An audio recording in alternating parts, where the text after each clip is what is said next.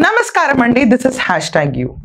ఆంధ్రప్రదేశ్ అంతా తుఫానులో ఎంత కొట్టుకుపోతుంది, ముప్పు ప్రాంతాల్లో ఎంతమంది ఉన్నారు, డెలివరీస్కి రెడీగా ఎంతమంది లేడీస్ ఉన్నారు, నెక్స్ట్ 15 రోజుల్లో డెలివరీ అవుతున్న మహిళలకి ఎలాంటి శ్రద్ధ చూపించాలి, ఇదంతా కాకుండా ఫుడ్ అండ్ ఇమీడియట్ నెసెసిటీస్ని ఎమ్మెల్యేస్ ఇలా తీసుకెళ్ళాలి అని ఒక పక్క ప్రణాళికతో ఈ గవర్నెన్స్లో చంద్రబాబు నాయుడు గారు అండ్ హిస్ టీమ్ కూర్చుని గవర్నెన్స్ చేస్తూ ఉంటే వైసీపీ నుంచి వస్తున్న స్పందన చూస్తే మాత్రం అనిపించింది నాకు.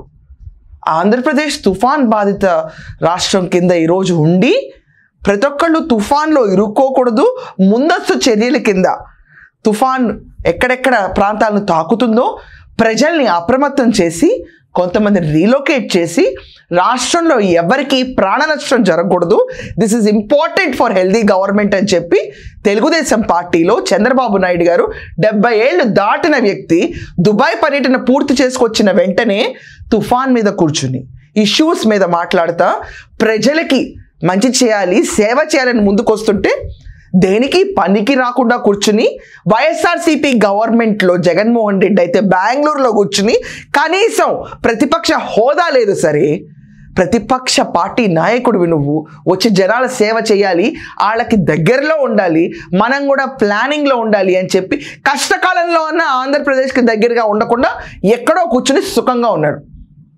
వీళ్ళందరూ చంద్రబాబు నాయుడు గారు తుఫాన్ ఆపేస్తారంట, ఎక్కడి నుంచో ఏంటని చెప్పి విచ్చలవిడితనంగా ట్రోల్స్ చేస్తున్నారు. రాష్ట్రం ఈరోజు ఉన్న పరిస్థితిని చూసిన తర్వాత కూడా ప్రకృతి వైపరీత్యాలని ఎదుర్కొంటున్న ఒక స్థితిలో ఒక డెలికేట్ మూమెంట్లో కూర్చుని రాష్ట్ర ముఖ్యమంత్రి దాని గురించి పోరాడుతుంటే, పోరాటం అంటే తుఫాను చేతులతో ఆపడం కాదు, సొల్లు కబుర్లు ఆపండి. ఇలాంటి మాటలు రాసే ముందు ఒళ్ళు దగ్గర పెట్టుకొని చేయండి. ఏం తమాషా అయిపోయిందా? ముఖ్యమంత్రిని తీసుకొచ్చి మీరు ర్యాక్ చేసి టీజ్ చేసి ట్రోల్ కంటెంట్ కింద పెడితే మమ్మల్ని అందరినీ టీజ్ చేసి ర్యాక్ చేసినట్టే. మాకున్న కష్టకాలంలో నీ ఏదో ట్రోల్ ఎవరికి కావాలి? పెడుతున్న ప్రతి ఒక్కరిని అడుగుతున్నాను, వాగే ప్రతి ఒక్క నోరుని అడుగుతున్నాను. చంద్రబాబు నాయుడు గారు తుఫాన్ని మడిచి అవతలు పంపించేస్తారండి. ఎవడు చెప్పాడు ఆయనకు? ఎవడు చెప్పాడు?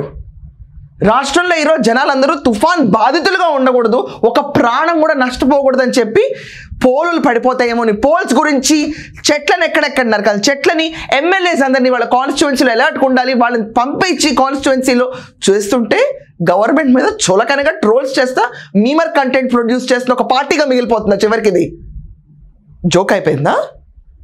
ఇప్పుడు ఎంతమంది స్త్రీలు ఉన్నారు, ఎంతమంది ప్రెగ్నెన్సీ డేస్ దగ్గరికి వస్తున్నాయి, వాళ్ళ గురించి ఎప్పుడైనా ఆలోచించారా? మనకేంటి, మన భవంతుల్లో మన ప్యాలెసుల్లో కరెంట్లు ఉంటే సరిపోవు, లోకల్గా వెళ్ళాలి, ఇరుక్కుపోయిన ప్రాంతాల్లో ఉన్న మనుషులకి ఫుడ్ సప్లై వెళ్ళాలి, వాళ్ళ మెడికల్ కేర్ ఉండాలి, ఒక్క ప్రాణం కూడా నష్టం జరగకూడదు. ఈ మేధావంతమైన థాట్ కూడా ఉండదా? ఒక చిన్న అభ్యుదయ భావం అంత పెద్ద మాట కూడా నన్ను ఒక మనిషి టు మనిషి ఒక మంచి ఒక ఆలోచన ఒక దృక్పథం అనేది మారదా? ఇంకా కష్టకాలంలో కూడా వెకిలేశాలు అవసరమా? ఎక్కడికి తీసుకెళ్తున్నాయి వెకిల్ గోలా? ట్రోలర్స్ అండ్ మీమర్సా? దేనికి పనికి వస్తారు మీరు? పైసాకి పనికిరారు. రాష్ట్రంలో ఈజీ కూర్చుని ఒక ప్లకార్డ్ సైజులో కూర్చుని చంద్రబాబు నాయుడు చేతితో ఆపేశాడు. మీకు చెప్పాడా ఏం ఆపాడు ఏం ఆపలేదు? బుడవేరు వరదలప్పుడు ₹1 ఏమైనా అని అడిగితే మాత్రం బాధ వస్తుంది. అనౌన్స్ చేయడానికి నోరే కదా, ఈరోజు ప్లకార్డ్ చేసి పడేయడమే కదా జనాల మీదకని చెప్తే అదొక ఏది ఫ్రీగా హింసించాలి ప్రతి ఒక్కరిని. ఇలాంటివి మనకు బాగుంటాయి. ఇంత దరిద్రకమైన పైశాచికమైన కక్ష బాబు గారి మీద లేకపోతే ఏపీ జనాల మీద? లాస్ట్ టైం హుడ్ తుఫాన్ వచ్చింది, బాబు గారి ఇంట్లో ఫ్రాంక్లీ స్పీకింగ్ ఆయన వయసుకి ఆయన ఇంత కష్టపడుతుంటే ప్రతి ఒక్కళ్ళు చూసి జాలిపడాలి, ఇంకా ఆయన పైన రెస్పెక్ట్ పెరగాలి. అంతా పక్కన పడేయండి. వాళ్ళ ఇంట్లో సొంత కోడలు శ్రీమంతం ఉన్నా కూడా పక్కన పెట్టి ఒక బస్సులో హుదూ తుఫాన్ వచ్చినప్పుడు విశాఖపట్నంలో ఆయన కూర్చుని తుఫాన్ నిర్వహణ చర్యలన్నింటినీ తీసుకుని పక్క రాష్ట్రం నుంచి బంగాళదుంపలు కూడా తెప్పించి హెరిటేజ్ మిల్క్ వాళ్ళని కూడా ఫ్రీగా మిల్క్ సప్లై చేయాలని చెప్పి స్టేబిలిటీ ఆఫ్ ద సిటీ తిరిగి వచ్చేదాకా అక్కడి నుంచి కదలకుండా ఉన్న వ్యక్తి జగన్మోహన్ రెడ్డి. ఎక్కడున్నాడు అప్పుడు? ఎక్కడున్నాడు గుర్తుందా అందరికీ? హుదూ తుఫాన్లో జగన్మోహన్ రెడ్డి ప్రతి ఒక్కరికి సేవలు చేసినట్టు కనిపించింది ఎక్కడన్నా? హైదరాబాద్లో లోటస్ పాండ్లో చాలా హాయిగా ఉండి విశాఖపట్నం మొహం కూడా చూడలేదు. అప్పుడు కనీసం ప్రతిపక్ష హోదా ఉంది. ఇప్పుడు అది కూడా లేదనుకోండి, అది వేరే విషయం. ప్రతిపక్ష హోదా ఉన్నా కూడా హాయి కూర్చుని ఇక్కడ మహేష్ బాబు ఫిలిం థియేటర్లో మంచి సినిమాని ఎంజాయ్ చేస్తా హ్యాపీగా గడిపాడు. ప్రజల సేవ ఎక్కడైనా పట్టిందా? కానీ విశాఖపట్నాన్ని మాత్రం రాగానే క్యాపిటల్ చేస్తాను తిరుగుతాడు. అదైనా చేయగలిగావా? దేనికన్నా ఉందా? ప్రజల సమస్యలు నీకు ట్రోల్ కంటెంట్ అయినాయా? ట్రోల్ అంటే ఏంటో అసలు నిజమైన ట్రోల్ ఇప్పుడు నేను చూపించిన ఒక్కసారి ప్లే చేయనా? మండింది ఏపీలో. అక్కడ ఎవరైనా కూడా వాస్తవులు ప్రతి ఒక్కళ్ళు అక్కడ ఉన్న వాళ్ళు నివసిస్తున్న వాళ్ళందరికీ మీ ట్రోల్స్ చూస్తే మండింది. ఇప్పుడు తిరిగి ర్యాక్ చేయనా దీనే విషయాన్ని నేను చూపిస్తానాగండి. పెను తుఫాను తల్లుంచి చూసే తొలి నిప్పు కణం అతడే. పెను తుఫాను తల్లుంచి చూసే తొలి నిప్పు కణం అతడే. తుఫాను ఇది నా ట్రోల్ అంటే. పాటలు పాడించుకున్నారు కదా జగన్మోహన్ రెడ్డి గారు అప్పుడు సంక్రాంతి అప్పుడు ఇంట్లో సెట్లు వేసి పెను తుఫాను ఏదో పాట ఉంది కదా మనకు ఆపాదించుకుని పక్కన అతను పాడుతాడు. ఎక్కడున్నానన్నా చెప్పండి మీరు కొంచెం నాకు.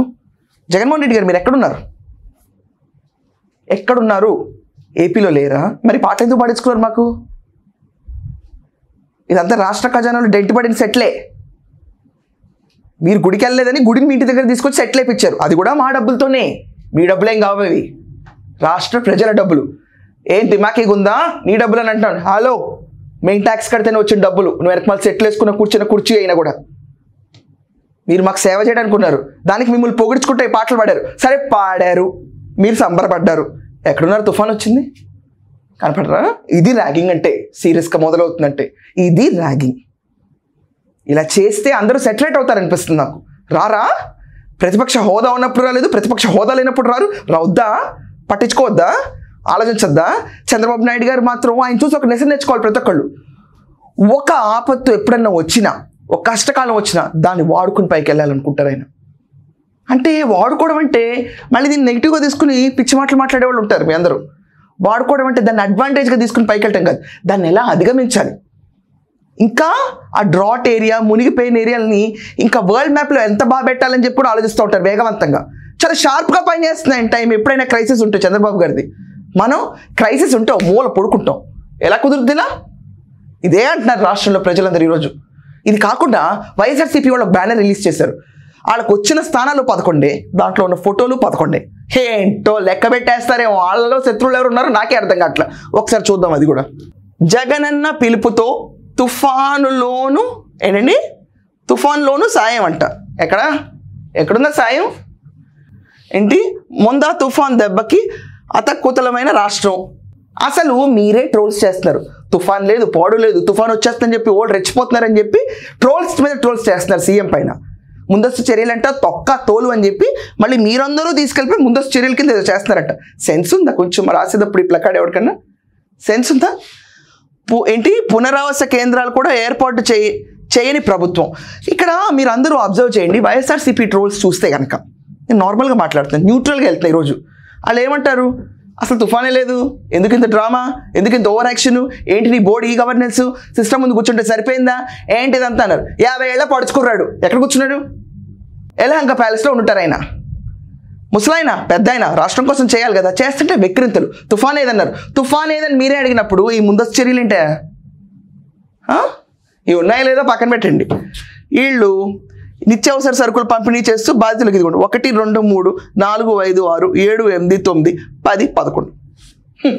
ఈ రకంగా వాళ్ళు చేసుకుంటున్న publicity, fake publicity, troll publicity, meme publicity అన్నింటిలో కూడా 11 సంఖ్య వదట్ల.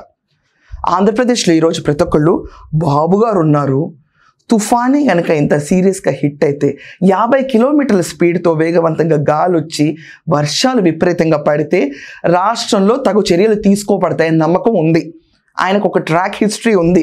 క్రైసిస్లో ఆయన కంటే స్మార్ట్గా ఎవరు హ్యాండిల్ చేయలేరన్న ట్రాక్ రికార్డు ఉంది. ఏ ట్రాక్ రికార్డు లేకుండా ప్రతి క్రైసిస్లోనూ ఇళ్లలో పడుకునే వాళ్ళందరూ పోస్టర్లు వేస్తే రాష్ట్రంలో ప్రజలుగా మీరందరూ దీన్ని ఎలా చూస్తారు? ఇదంతా కాకుండా జగన్మోహన్ రెడ్డి పార్టిసిపేట్ చేయకుండా వాళ్ళ అనుచరులు చెప్పిన ఒక 11 ఫోటోలు వేసి 11 స్థానాల్లో గెలిచిన వైఎస్ఆర్సీపీ బ్యానర్ని మీరు ఎలా చూస్తారు? చంద్రబాబు నాయుడు గారి పైన వస్తున్న ట్రోల్స్, తుఫాన్ని చేత్తో వెనక్కి పంపించాడు, కాల్తో తన్నేశారు అని చెప్పి విచ్చలవిడిగా రాష్ట్రం ఒక డీప్ షేడ్ ఆఫ్ ప్రాబ్లంలో ఉన్నప్పుడు ఇలాంటి ట్రోల్స్ చేస్తున్న వాళ్ళ మానసికత్వాన్ని మీరు ఎలా రేట్ చేస్తారో కూడా అవుట్ ఆఫ్ 5 ఖచ్చితంగా కమెంట్స్లో మెన్షన్ చేయండి. That's all for now. Thank you.